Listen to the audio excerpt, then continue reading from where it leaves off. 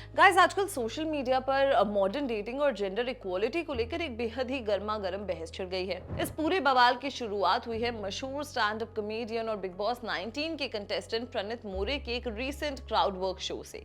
इस शो के दौरान ऑडियंस में बैठे एक लड़के ने एक ऐसा किस्सा शेयर किया जिसमें उसने बताया कि उसने एक लड़की पर बिरयानी के 360 या 370 रुपए खर्च किए थे और अब वो उसे वसूल करना चाहता है। इस बात पर पुशबैक देने के बजाय प्रणीत मोरे ने इसे पी गुड़गांव कंटेंट कहकर मजाक उड़ा दिया, जो कि आजकल इंटरनेट पर सबसे बड़ा एक डिस्कशन का टॉपिक बना हुआ है।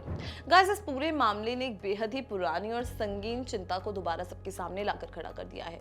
सवाल ये उठता है कि क्या किसी पर पैसे खर्च करके आप उनका कंसेंट या उनका वक्त खरीद सकते हैं।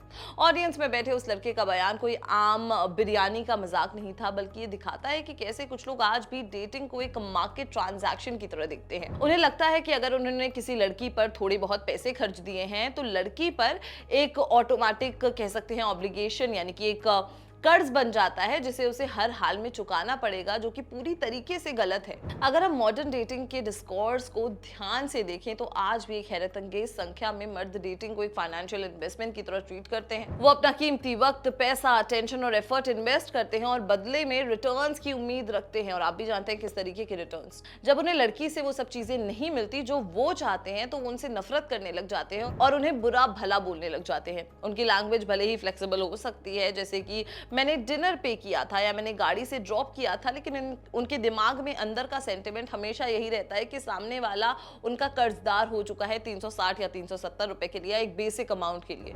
फिर अब सवाल ये आता है कि आखिर डेटिंग में मर्दों के ही पे करने का ये कस्टम शुरू कहां से हुआ। अगर हम मानव इतिहास को उठाकर देखें तो पुराने जमाने में शादी और रिलेशनशिप्स कोई रोमांटिक अफेयर नहीं होते थे, बल्कि ये दो परिवारों के बीच एक इकोनॉमिक अरेंजमेंट होता था। पुराने समय में महिलाओं के पास एजुकेशन, एम्प्लॉयमेंट और फाइनेंशियल इंडिपेंडेंस के रिसोर्सेज बेहद लिमिटेड होते थे, जिस वजह से वो पूरी तरीके से मर्दों पर निर्भर थी। एंड इसी वजह से एक बहुत ही अनइक्वल पावर डायनामिक्स पैदा हो गए, जो आज के इस मॉडर्न समय में भी किसी ना किसी रूप में बचा हुआ दिखता है।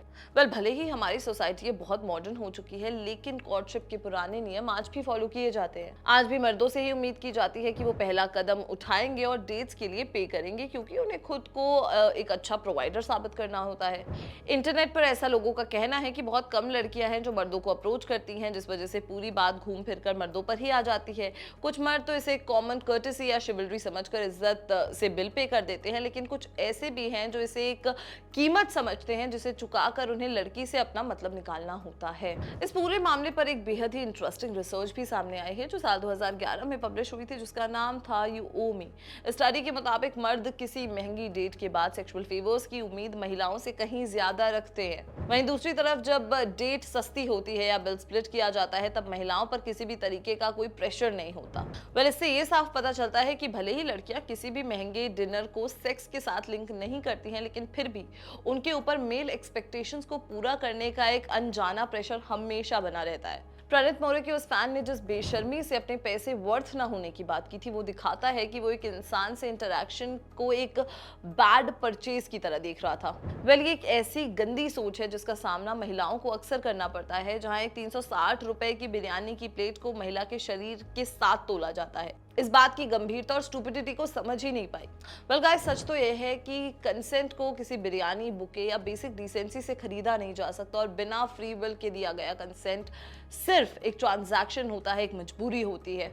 यही सबसे बड़ा कारण है कि आजकल के दौर में मर्दों की इस एंटाइटलमेंट से बचने के लिए ज्यादातर महिलाओं ने अपने डेट्स पर अपना वॉलेट रखना शुरू कर दिया है। अब लड़कियां या तो अपना बिल खुद पे करती हैं या फिर उसे बराबर स्प्लिट करती हैं, ताकि सामने वाले मर्द के दिमाग में कोई गलत फहमी न रह जाए। वो मर्दों के इस अनजाने और इनविजिबल एक्सपेक्टेशंस के बोझ से पूरी तरीके से थक चुके हैं और अपनी फाइनेंशियल इंडिपेंडेंस से खुद को सेफ रखना चाहती हैं। सो दोस्तों, इस डेटिंग ट्रांजैक्शन और कंसेंट के पूरे मामले पर आपका क्या कहना है, हमें कमेंट सेक्शन में जरूर बताएं। Until then, keep watching Bollywood Live.